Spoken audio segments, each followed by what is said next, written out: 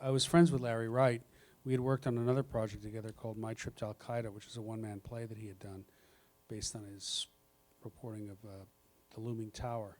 I read Larry's book, and it was really the idea of the prison of belief that made me interested in taking it on, because I felt it was worth the agony that I knew was going to come, because it was about Scientology, but it was also about much more.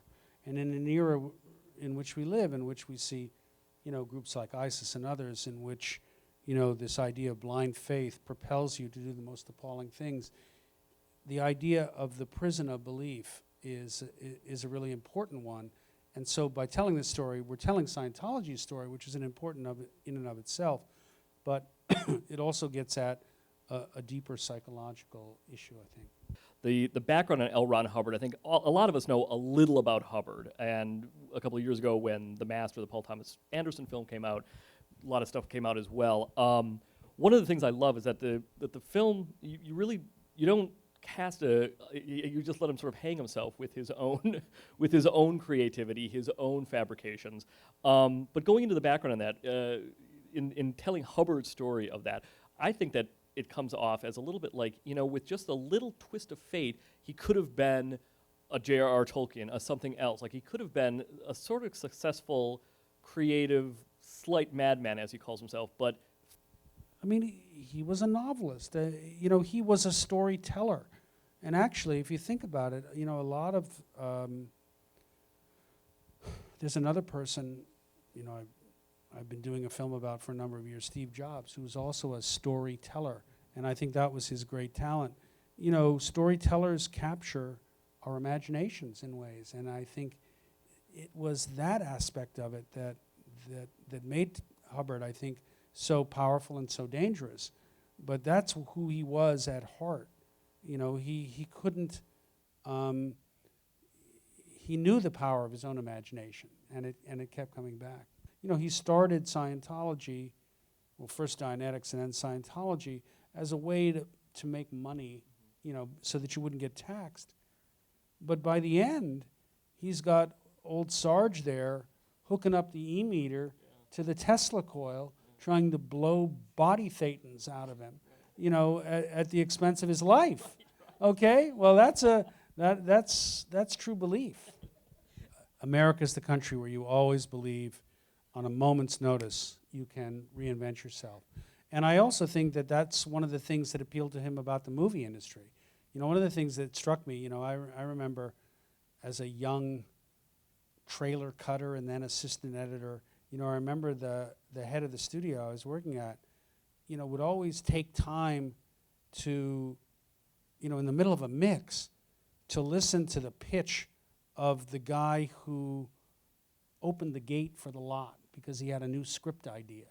And that was a very Hollywood idea, which was both weird and pretentious, but also actually kind of wonderful. The idea that, he could have a great idea and then everything would be fine. So there's something wonderful about that, even as it's, 99 times out of 100, a kind of crushing burden. Right. Well, let's admit that in the 70s, everything was up for grabs. And so the idea that there was a religion that didn't have God, that was appealing, and it was called Scientology.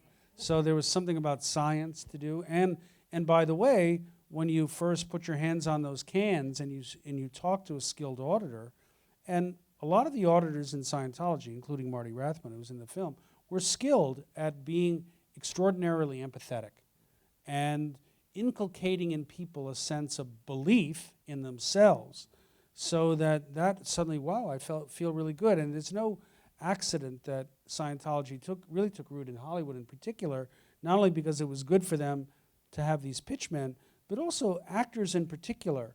I think, it's a profession in which you have to be vulnerable, because otherwise you can't get into other people's characters. And so it's in a way the perfect time and the perfect place. Part of Scientology think is that once people say, you've got to speak out against these abuses, and then Tom Cruise calls David Miscavige. Are there any abuses? Absolutely not, Tom. These are haters. These are apostates. These are bigots. And then it's like you can feel good by opposing them, and it gives you a sense of moral power.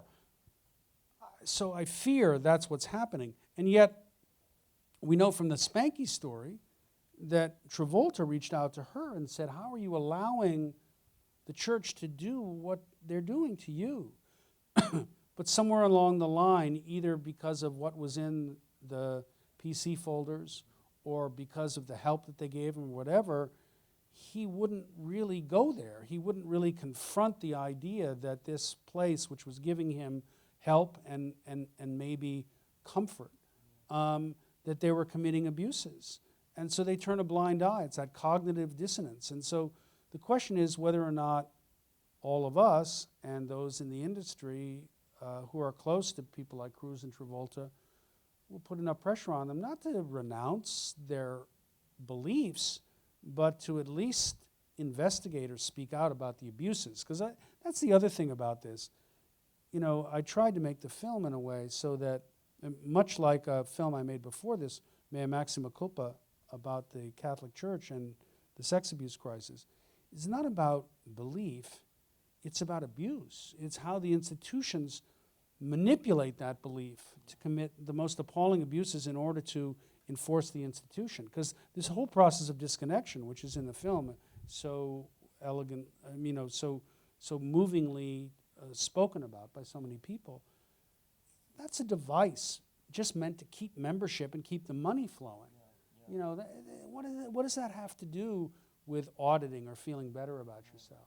For many people, they feel like for them to admit that Scientology has led them astray means that they have to admit that their whole life has been a lie.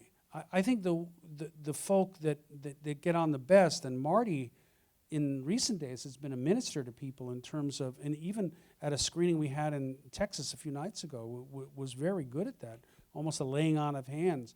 The idea that it's not, you haven't wasted your life, it's part of a journey that you've taken that's gotten you to this moment. If you can see it that way, then people tend to come out better. But it's very difficult for people to leave, because to recognize, oh my God, everything that I believed was wrong. It's like that moment in The Bridge on the River Kwai, when Alec Guinness, suddenly looks up and realizes, oh my God, we've been helping the Japanese army, and they're about to send and the commandos are on our side, and we're trying to shoot them. What is going on?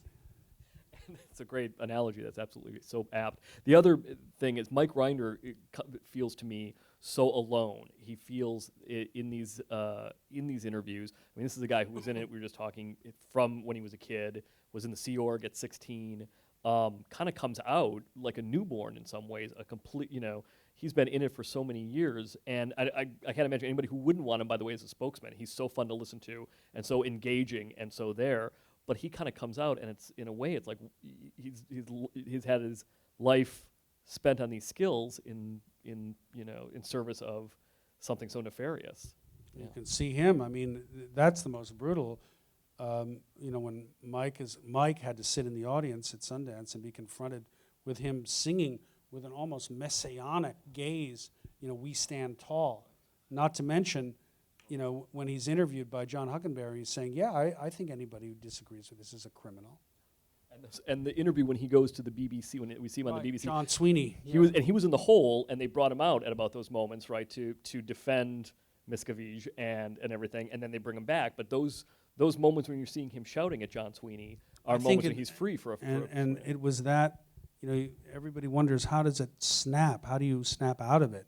And I think it was that whiplash. Like, here he is being beaten by David Miscavige in the hole, and he's sent to London to defend the church and talk about how that's utter rubbish and how dare you attack this magnificent institution. And frankly, the church recently has put out a lot of online documentaries about me and everybody else in the film online, and you can see that kind of fervent belief in the people being interviewed for those things. It's a little bit scary.